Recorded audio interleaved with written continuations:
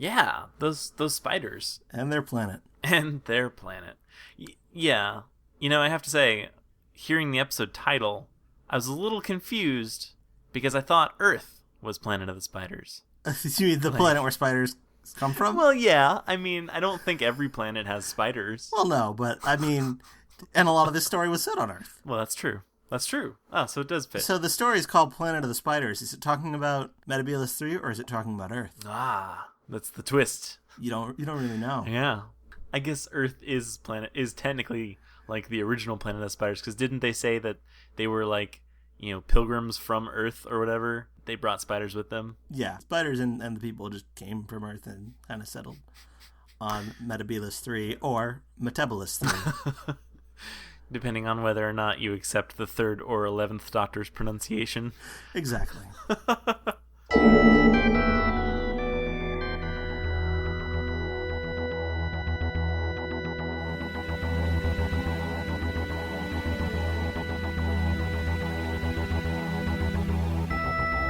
I'm Tom Dickinson. And I'm Louis Midas. And this is The Cloister Room, a podcast about Doctor Who and other things.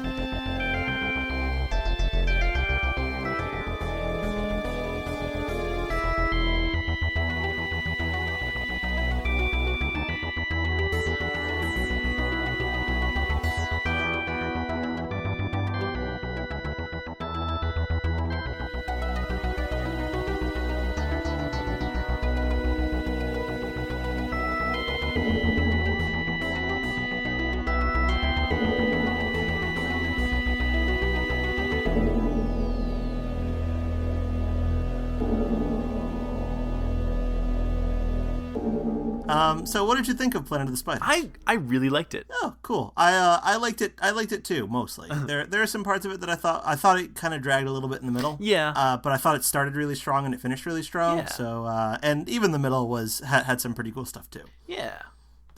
So yeah, it was. Yeah. I think it's a pretty damn good story. Yeah. I don't know. There were parts of it where it was really, and this is not like out of place, which is probably what I liked about it so much, was that there were parts where it was just like kind of over the top ridiculous, and I really liked that. Yeah.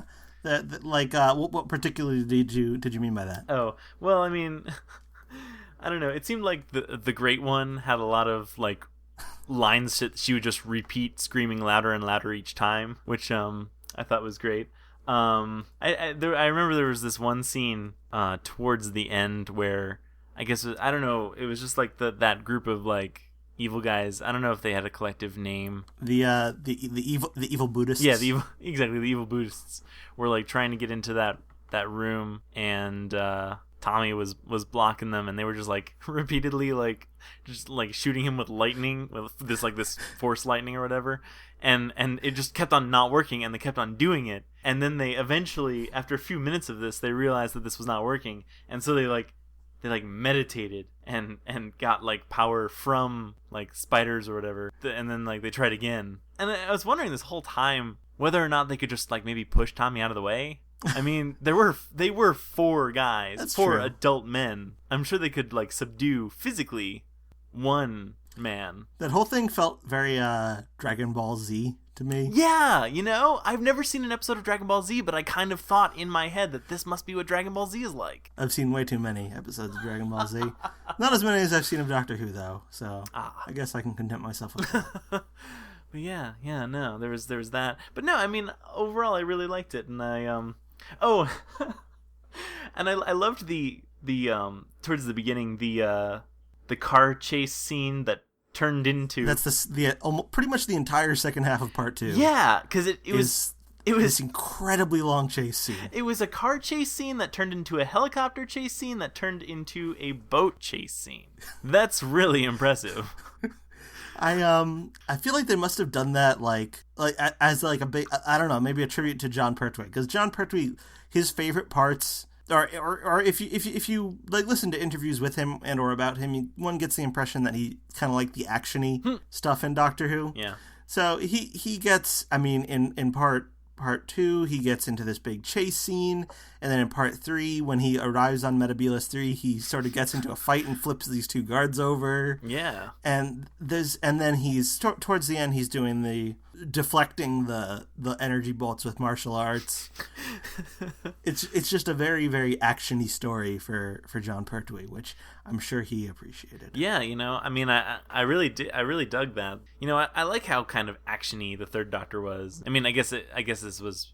I mean, it certainly seemed like this was more action-y than usual, I would say. I don't know. I haven't seen much Third Doctor at all, but this was, I don't know, I liked this, and this was, I don't know, it was fun and exciting. It definitely tends towards the action-y, especially with like the continuous military presence on the show. Oh yeah. With the Brigadier and unit, so that is definitely a feature of this era. So in some ways, this is it's a culmination of that. Yeah. So I thought that was cool.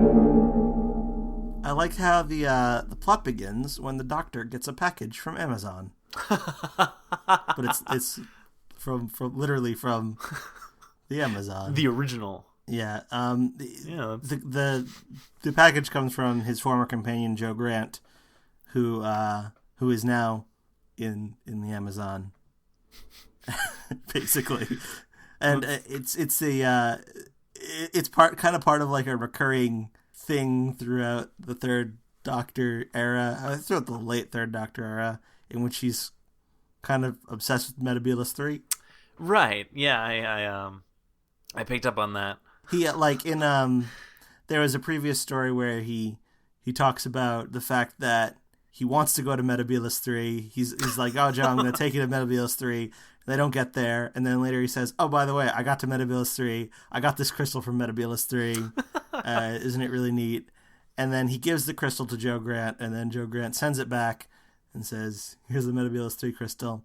There's just a lot of I don't know. It's it's kind of just referred to a lot. Yeah. In the late Third Doctor era, so this sort of centers around that, which is it's almost like there's some kind of like conscious effort to build a story arc around it. I don't know if that's really true, but that's interesting. Like, I mean, was that like the intention that they were gonna like? Was this like the season long arc, like, Vote Saxon or whatever? It's like the crystal from. I don't really know. I mean, the crystal also played a role in a previous story, the Green Death, which was the last story of the previous season.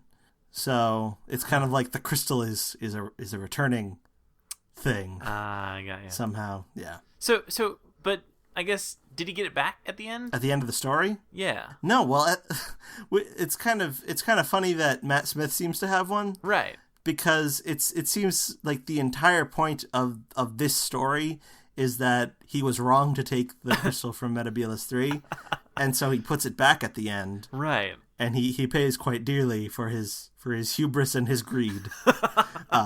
He's forced to regenerate, whereas Matt Smith just seems to have one lying around in Series 7 of the new series. Right. I mean, maybe it was that the one that Jon Pertwee, or the one that the Third Doctor took was like the best of the best, which is, certainly what the Great One seemed to imply. And then maybe, I don't know, maybe Matt Smith went back and got a less important crystal and took that and was like, this is, everything in moderation. I'm not going to take the best crystal, but I'm not going to take the worst crystal, and I know what I'm doing this time. And maybe that's what he was all on about. Sometimes you just got to make do with a mediocre crystal. Right. You can't always get the best crystal. Sometimes you just gotta, crystals are as crystals does. something like that. Yeah, I'm sure. Yeah, life is like a box of Metebelis 3 crystals, or in fact, Metebelis 3 crystals. Either way. But yeah, no, I was waiting for him to like take the crystal back or have like the Great One explode, and then the crystal like falls back into Jon Pertwee's hands, and he's like, "Oh well, but I'm gonna run back to the TARDIS with this." And then I don't know why I expected that, but that's what I was thinking. Nope, he doesn't get to keep it. Oh well. What did you think about the way regeneration is treated in this story? Well, yeah, I don't know. This story is actually the first first use of the term regeneration. Oh, really? Yeah. So what did they call it from? I remember them talking about it in the War Games. In the War Games, they just say he's going to be forced to change his appearance. Oh. And I think when the first Doctor regenerated into the second Doctor, they call it a renewal or something like that. So it's not really clear what exactly is supposed to be happening at all. But this I think is the first time it's really clear that, okay, yes, regeneration is something that Time Lords just do, because, we see the Doctor do it, we see another Time Lord do it. Prior to that, I mean, what the deal was with the first and the second Doctor wasn't ever explained, and then with the second Doctor, it was clearly being imposed upon him. So I see. Huh. That's cool. I mean, I don't know, I kind of liked... I'm not sure what I liked. Now, did you know going in that Kampo Rinpoche and Cho Jae were the same person, and or anything like that? No, I didn't. Okay, that was news to me. It was. Yeah, but yeah. So that situation is presumably in some way similar to the Fourth Doctor's regeneration, right, into the Fifth Doctor, where he kind of has this Watcher thing. Yeah, that's sort of out there. Only instead of being like a big guy with white face paint or whatever, who doesn't talk, or doesn't talk much at least, Cho Jae seems to be a completely functioning second person. Right. Yeah. Yeah. It also seems that, or it seems to be implied that, what was his name? Kampo Rinpoche. Kampo Rinpoche. Kampo Rinpoche. It seemed like Kampo Rinpoche. I think that's how it's pronounced. I hope so. I'm just gonna. I don't want to offend him. I'm just gonna kind of slur those syllables, and hopefully people will know what I'm talking about. It seemed like he had certain abilities that maybe Time Lords are supposed to have, or not necessarily supposed to have, but maybe could be developed that the Doctor doesn't really have. Like, he sort of has these sort of teleportation kind of abilities and stuff. It's not always really clear what Time Lords can do what and why, because for instance the Master seems to be able to hypnotize people pretty easily. The Doctor can do telepathic stuff, but in the first Doctor it seems Susan is even better at telepathic stuff than he is. Right. So it's actually stated at the beginning of this story, before you even know about Kanpo's involvement with it, that the Doctor, the hermit he knew on Gallifrey, was the one who taught him how to look inside his own mind, I think is what he said. Right. So apparently these are learned skills that involve Buddhist meditation, maybe? I guess so. Pseudo-Buddhist meditation. Someone high up in the production team, I think it was the producer Barry Letts, had this really big interest in Buddhism and meditation. And so he sort of put it in the show, I guess. And why not? Yeah, sure, why not? I'm sure that if you meditate enough, you can actually pull spiders from Metebelis 3. Yeah. And have them kind of latch onto your back. back. I am not a Buddhist, and I've never really meditated.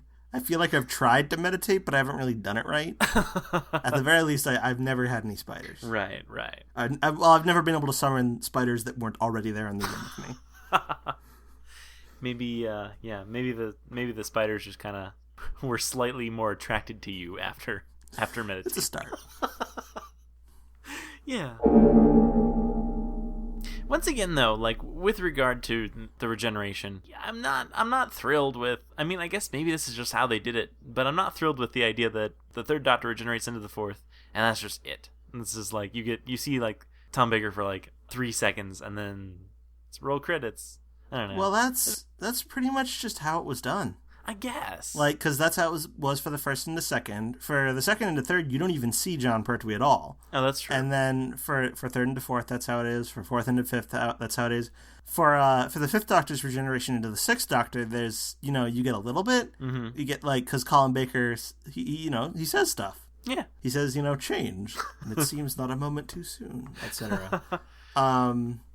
I guess that's just how it was done. I guess so. I don't know. I'm used to it. It is kind of strange though. Why would you even? I mean, it's like, why bother having Tom Baker come into the studio just to record those 2 seconds of footage? Right, with him just unconscious. Yeah.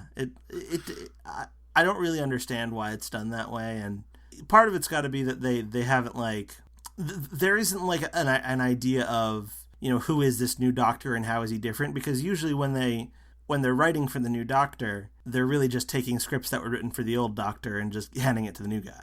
So for instance, Tom Baker's first story, Robot, which was at the beginning of the following season, was originally a John Pertwee story that only had like minimal changes. Ah, interesting. So it's not like they have some kind of, mission statement. All right, here's what the Fourth Doctor is like, and then they could just tack on like a pithy 20-second introduction to the character and what's changed about him, because I guess the writers at that point wouldn't really know. Right. Yeah, that's true. I mean, yeah. I mean, it's yeah.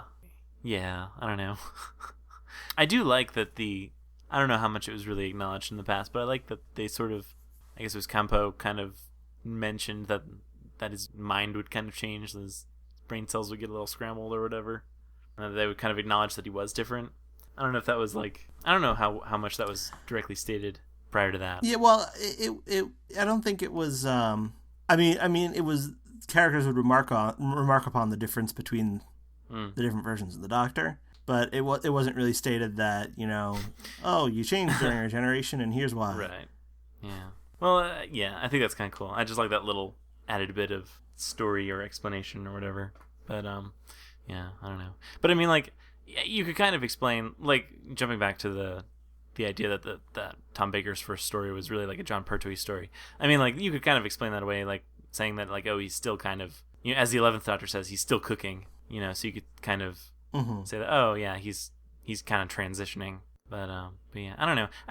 I'm just used to Matt Smith being like, I still got legs. I don't know why they do it the way they did it. It just seems to be the thing to do. I guess so. I don't know. Maybe they felt like if they did bring in the next guy to do more than just the cameo, maybe they felt like they'd be insulting the current star or something. Oh, that could be. I just don't know. It's all politics. Yeah, it would definitely appeal to me more to have just a little bit on the end there to show like, all right, the Doctor's changed. Well, so what? Let's show a little bit about what that change was. Yeah. As opposed to just showing Tom Baker's face. And that's it. Yeah. He looked really young too. Like I at first it took me a second to realize that was Tom Baker, because I mean I guess we've seen I've mostly seen his later stuff. Yeah, we watched a lot of season 18, and here we are in season 11. Yeah, he looked so young. I couldn't believe it. He was indeed young. It probably helps that he was like motionless. That's how you stay young. Yes, that's how you. Yeah, because time is relative to motion. So motion in space. Exactly. It's all Albert Einstein. Yeah, it all stuff. All comes back to him. Isn't it like a wrinkle is like the result of like 1,000 frowns or something? Are you thinking of A Wrinkle in Time? Is that what you're thinking of? Yeah, that's what I'm thinking of. So if you frown enough, then you generate wrinkles in time. You have to time frown. You do indeed have to time frown. So we watched Legopolis and Castrovalva, and then we watched Modern Undead. And in Modern Undead, Tegan and Nyssa kind of mentioned, "Oh yeah, we've seen regeneration before." And the Brigadier said, "Yeah, well, so have I." And this is it. This is the Brigadier seeing a regeneration. Oh, okay. Well, because I mean, I knew that the Brigadier was present in. I knew he was in a lot of Third Doctor stories. He knew the Second Doctor though, right? Yeah, he was present in 2 different Second Doctor stories. Okay. But he wasn't there at the regeneration, obviously, because you've seen the regeneration, so you know that. Right. Yes. Right. So okay. So yeah. So this was the first time he'd actually seen the regeneration itself. Yes, I think prior to this he I don't remember how specific he got into the details of like why the Doctor looked different. Yeah. I think he was just kind of accepted it. He kind of didn't believe it at first, and then he was just like, well, I guess he just looks different now. So I guess this may be his first confirmation that yes, what happens is the Doctor goes through a change when he's mortally injured or some such, and now he knows. Well, but did he know that the Doctor was alien? Yes, he does know that. Oh, okay. So maybe he's just like, it's an alien thing. Maybe aliens just go out and get extensive plastic surgery every few years. Yeah, sure. Why not? Why wouldn't they? I don't know. So I wrote down a line. Oh. that I really liked. Okay. Now I am total power. Which is something that that the Great One says when the Doctor gives up the crystal. Now I am total power. That's pretty amazing. Yeah, it's a good line. Yeah, I think I feel like that should be like the name of like an album or something. Yeah, sure. It's not just now I am very powerful or now I am all powerful. It's now I am total power.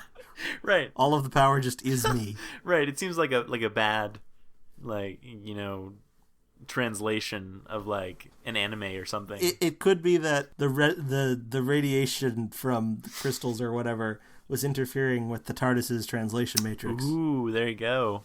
Yeah, I noticed something about, or something that occurred to me about the TARDIS's translation matrix, which was that towards the end, the Doctor speaks Tibetan, and Sarah Jane doesn't understand it. No, she doesn't. Which makes me wonder about how the TARDIS's translation circuits handle bilingual people. I don't know. I don't know how that happens. I wonder whether the Doctor actually speaks Tibetan or whether it's just the translation and he's just cheating. He's like, oh yeah, I speak a little bit. I speak all these languages. You'd think Kanpo wouldn't fall for that. That kind of got me thinking, though. You know, I think probably the translation circuits will probably factor in to some extent. They probably factor in intent. Like if you intend to speak a language that can only be understood by one other person, then the TARDIS would only translate for that person. At least that's how I'm explaining this. Unlike in the Fires of Pompeii, where they speak Latin and it comes out as Welsh or Celtic. Yes, exactly. Or whatever. Yes. Yeah. I don't know. I wasn't thinking too hard about that because I knew that they hadn't thought that through when they were making this episode, or maybe someone had, but that level of thought was not on display within in the show. Maybe someone had thought of it. It just wasn't being applied consistently throughout the show. I see. Well, wasn't it? I think you mentioned that there's a story where Sarah Jane questions why she can understand, or no, it was an imposter who was pretending to be Sarah Jane. I think it was a possessed Sarah Jane, or okay, something like that. It was in Mask of Mandragora though, so that hasn't happened yet. Okay, but we're getting close. It's still to come. But we're getting close, so conceivably someone could have thought of it. Yeah, I guess. I don't know. I just want to believe. Well, that's fine. It's fine that you want that. I think my explanation is pretty concrete, unless anyone can come up with a reason why it's stupid. I can't. So, all right. So I've convinced one person down. 6 billion or whatever is the current population of the Earth left to go. Listeners, if you can come up with a reason why that's stupid, email us at thecloisterroom@gmail.com. Oh, I haven't checked that in a long time. Oh, really? Yeah. So we could be getting a ton of fan emails that we're just ignoring. I somehow suspect that is not the case, but yeah. Anyhow. You know, something I really don't like in this story? Oh. The actors who live on Metebelis 3, well, not the actors who play the characters who live on Metebelis 3. I just don't think any of them were good. Yeah, no. I think there's, especially the old woman. I don't know if you took note of her particularly bad line reads. Okay, so the woman's name is Nesca, okay. And her husband's name is Sabor or Sabor, I don't remember. Mm-hmm. He's the old dude who gets taken by the 8 legs and their guards.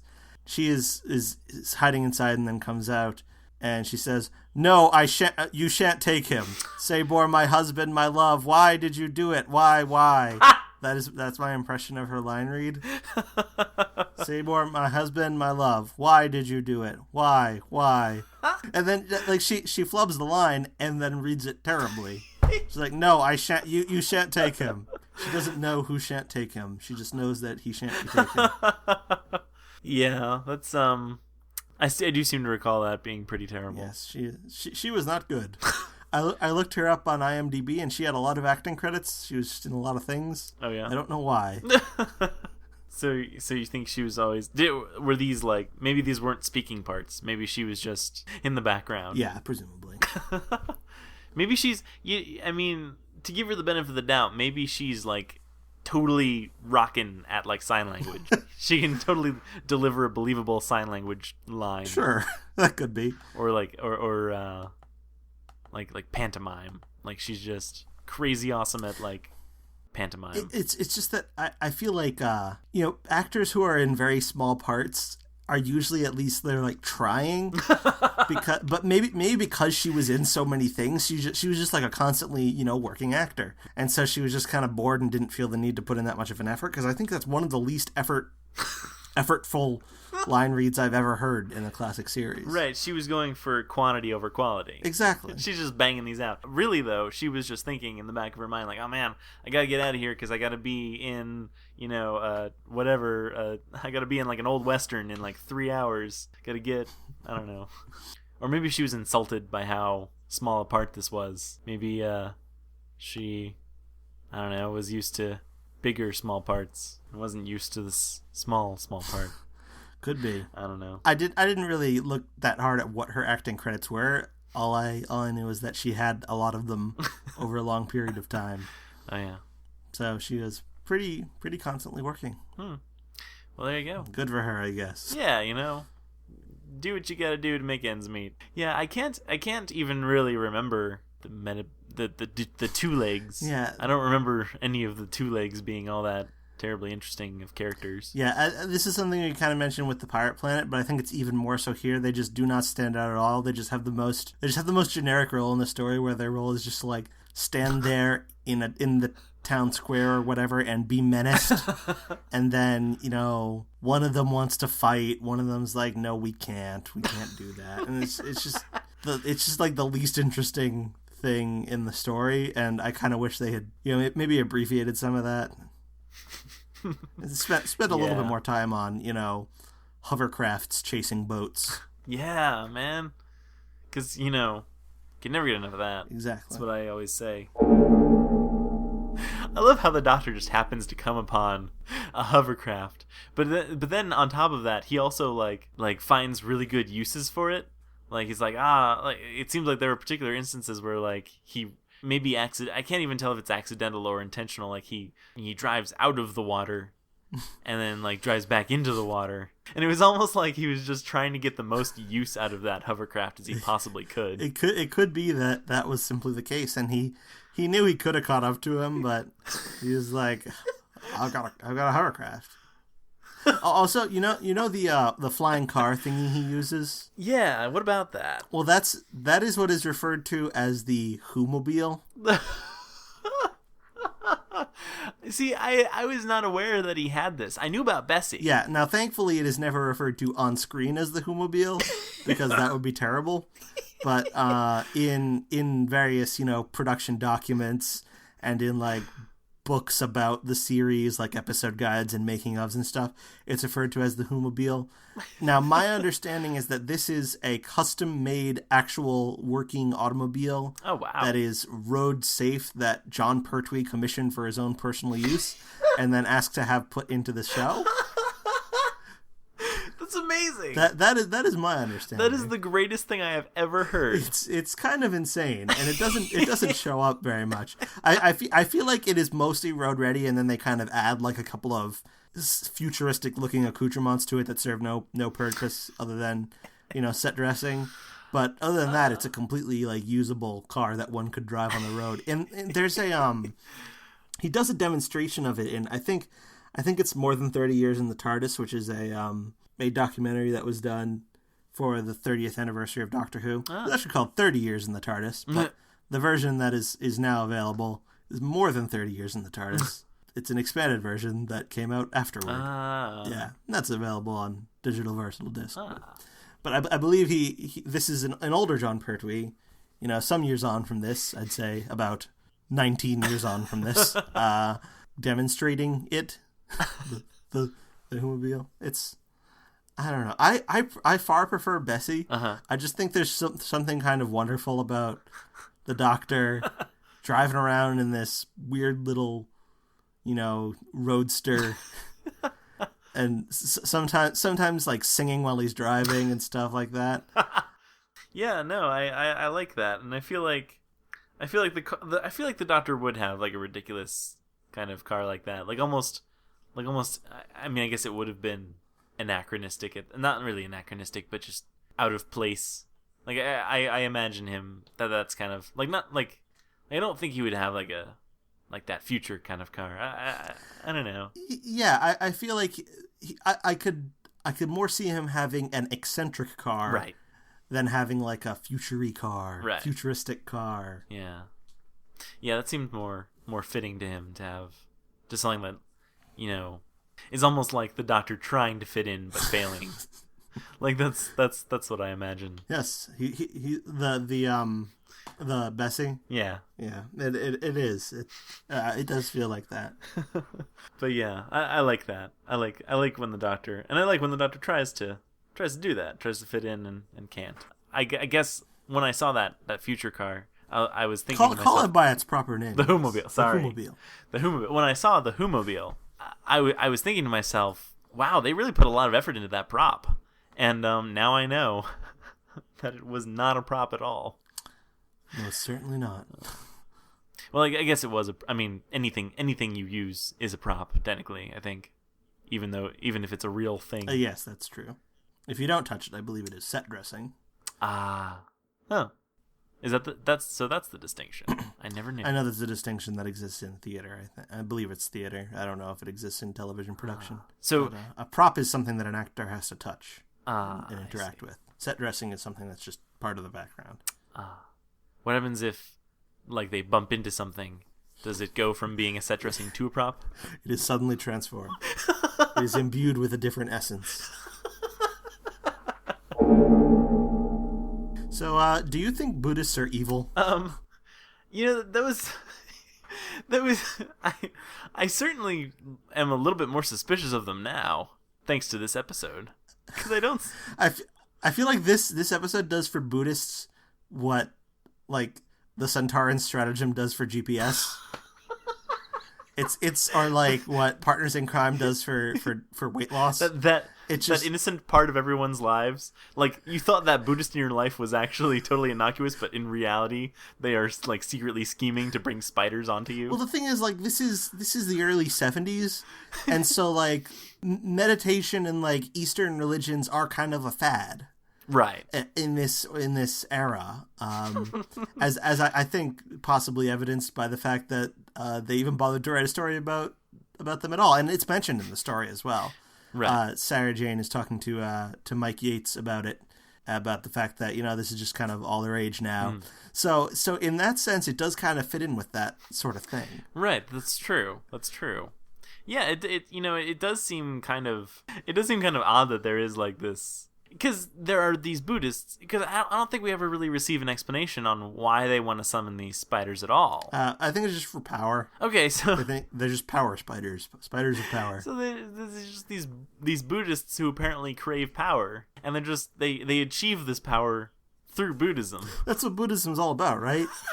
It's about you know, it's about clearing your mind of all that stuff, and letting, like, understanding and accepting that all life is suffering, and allowing, freeing yourself from worldly attachments. Exactly, and harnessing the power of alien spiders. Like, these are the this is the fourfold path or whatever. I don't know Buddhism. I'm sorry if there are Buddhists listening to this. I'm sorry for my complete and utter ignorance of all different forms of Buddhism. I know there are a lot of different forms of Buddhism. I just know that Buddhism does tend to. This is not like, I'm not trying to belittle or anything. I'm just pointing out that Buddhism has a bunch of numbered lists, doesn't it? I think. Well, that's kind of a common thing for religions. For religion in general, yeah. Right. There are a lot of religions with numbered lists. Yeah, that's true. Yeah, and Doctor Who too. Doctor Who also has some numbered lists. Yeah. I don't know. Like, isn't there like 7 pillars of Islam? Probably. It's 12 Days of Christmas. 12 Days of Christmas. That's right. God, I hate that song. It's just so repetitive. It is. I think it's just like Christmas. Exactly. Christmas comes this time each year.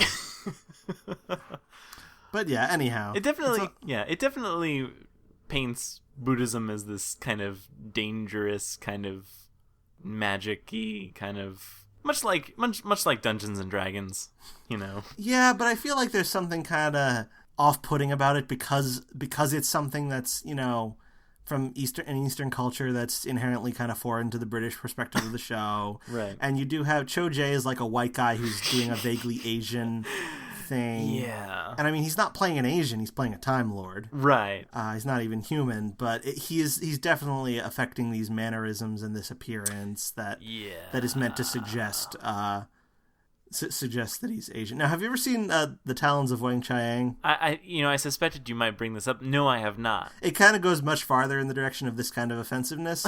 So I'm almost tempted to let this story off the hook because at least it's not The Talons of Wang Chiang. Well, I guess it's got that going for it. But still, I kind of it is kind of cringeworthy the way that is sort of treated. Although it is kind of I do kind of think it's neat how they incorporate that perspective into like Time Lord mythology and what regeneration is all about and that. Yeah. So I kind of have a double like I'm kind of two minds about it. Yeah. I don't know.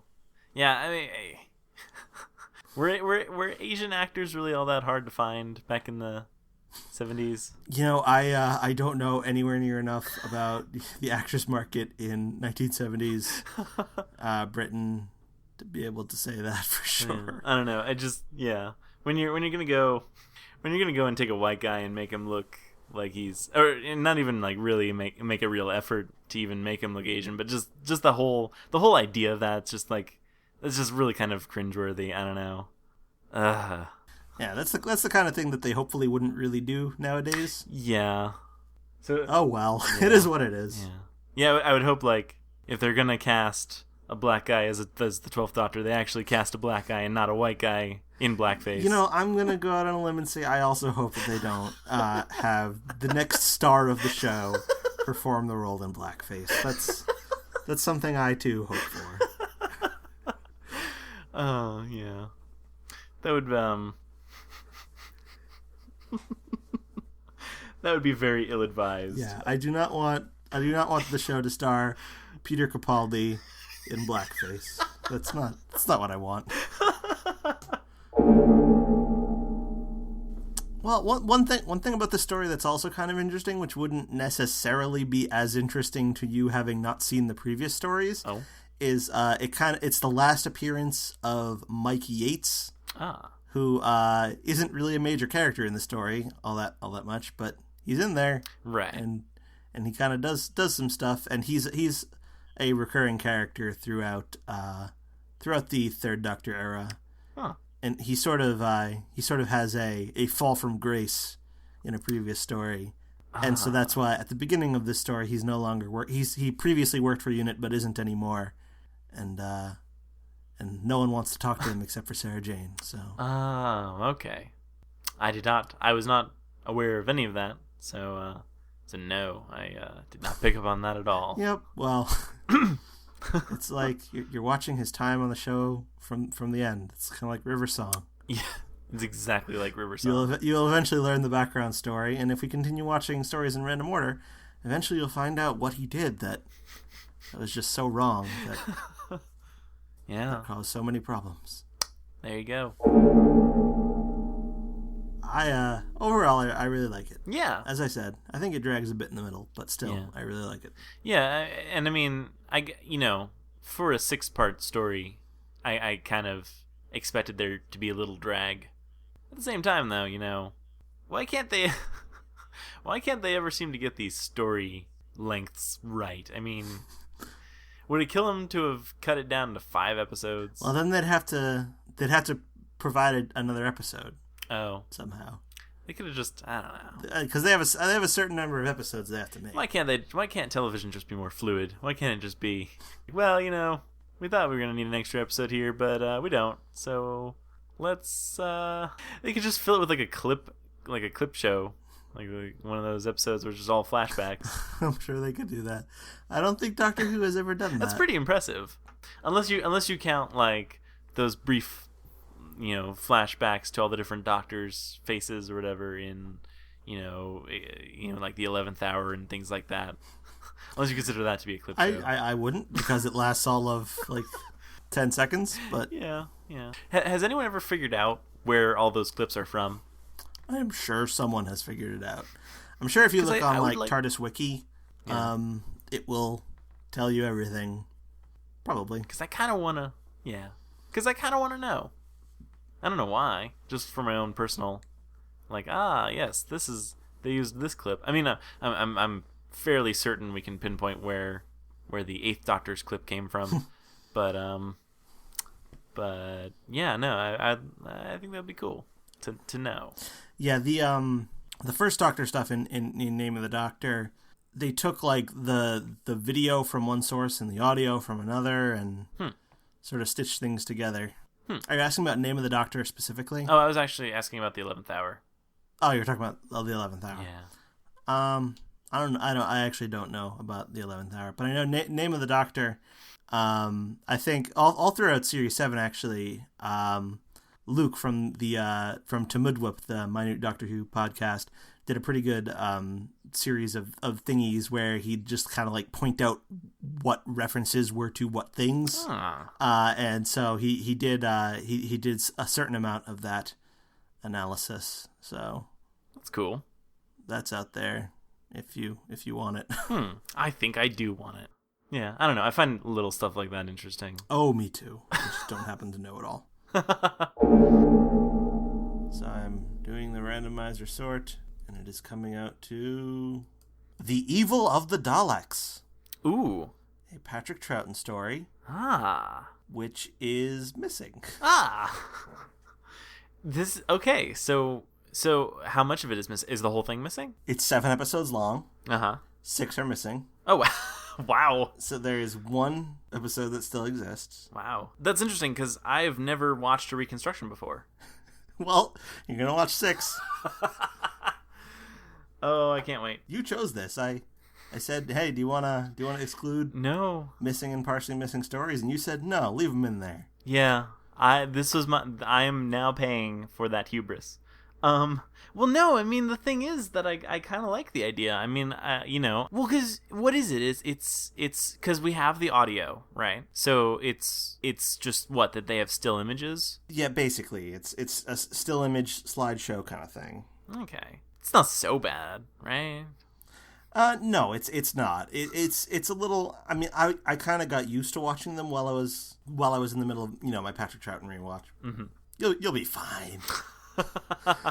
I'm glad I have your reassurance. Yeah, but one of the things is though, like the copies of the reconstructions that you find online are sourced from VHS tapes. So that only just makes it a little, just a little bit more. I don't know. You may be able to find a better copy somewhere. I don't really know what's out there. I'm gonna and you can only really find them through dubious means. There are no the only like non-dubious means of getting it is to ask the reconstructor to copy a VHS tape and send it to you. That is the only thing that the BBC says it's okay with is the non-digital distribution for free of these reconstructions. I see.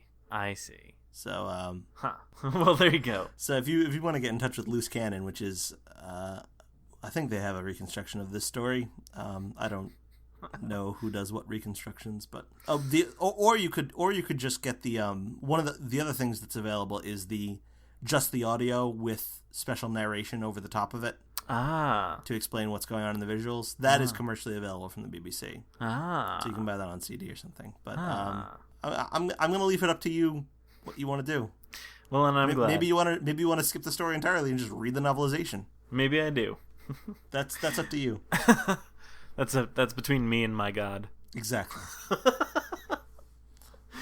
One thing I will note about this story, I mentioned during the War Machines that there is a Dalek story that takes place on the same day. Oh yeah, yeah. And this is it. How oddly coincidental. It's not especially relevant to this story. Yeah, the only reason we know that is because the Evil of the Daleks takes place directly after the previous story, The Faceless Ones, and at the end of the previous story, The Faceless Ones, Polly and Ben have just left. And I said, "Oh, what a coincidence! It's the same day we left, so let's go back." So this story picks up right after Polly and Ben have left the TARDIS. I see. That's interesting. It's kind of an interesting kind of like that we're watching like the two sort of bookends of their adventures with the Doctor. Yeah. There you go.